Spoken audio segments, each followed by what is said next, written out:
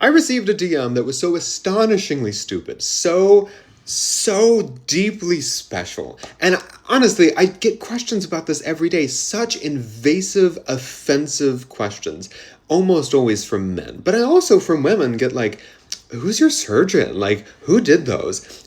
I'm going to talk about it one time.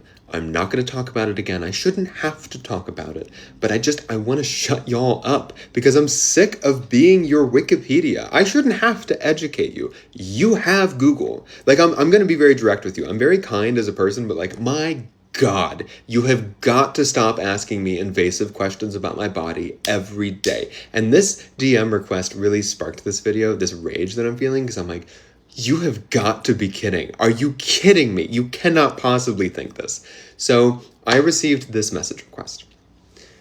Okay, I know this is like weird, but like, what do they look like? Like, because like, do they look like normal boobs or just like boobs, no nips?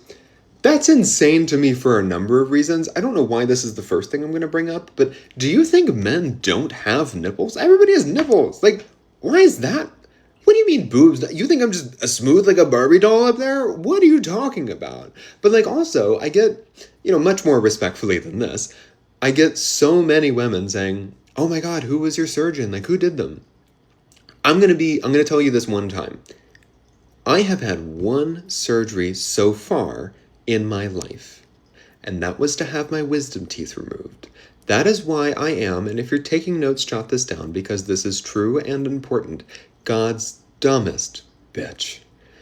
I have never had anything done other than that. That is the only time I've ever been under the knife, ever.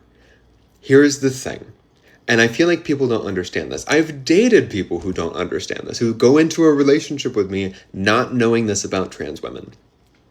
When you take estrogen, when a trans woman medically transitions, which she does not have to do, but is usually part of transition, right? When you medically transition, you put yourself through an estrogen puberty. So essentially, almost everything that comes with that happens.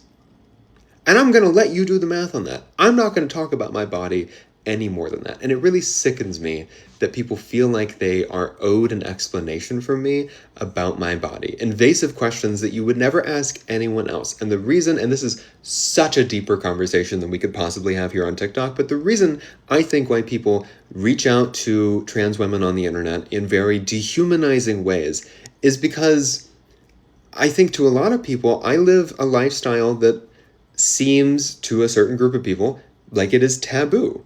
And when they have taboo thoughts, they feel like, oh yeah, she'll be cool with that because she's living in sin. And like, I'm sorry, but it really is like that. And it's like, it's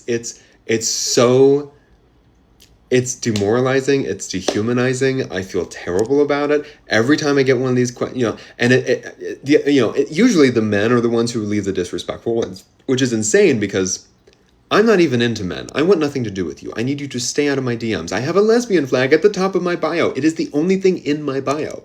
So why you think you can DM me is beyond me. 80% of my audience is women, and the other 20% is either women who don't know it yet or people who are miserably lost. So you gotta just stay away. Stay away, right? But like, stop asking about this. I'm not talking about it ever again.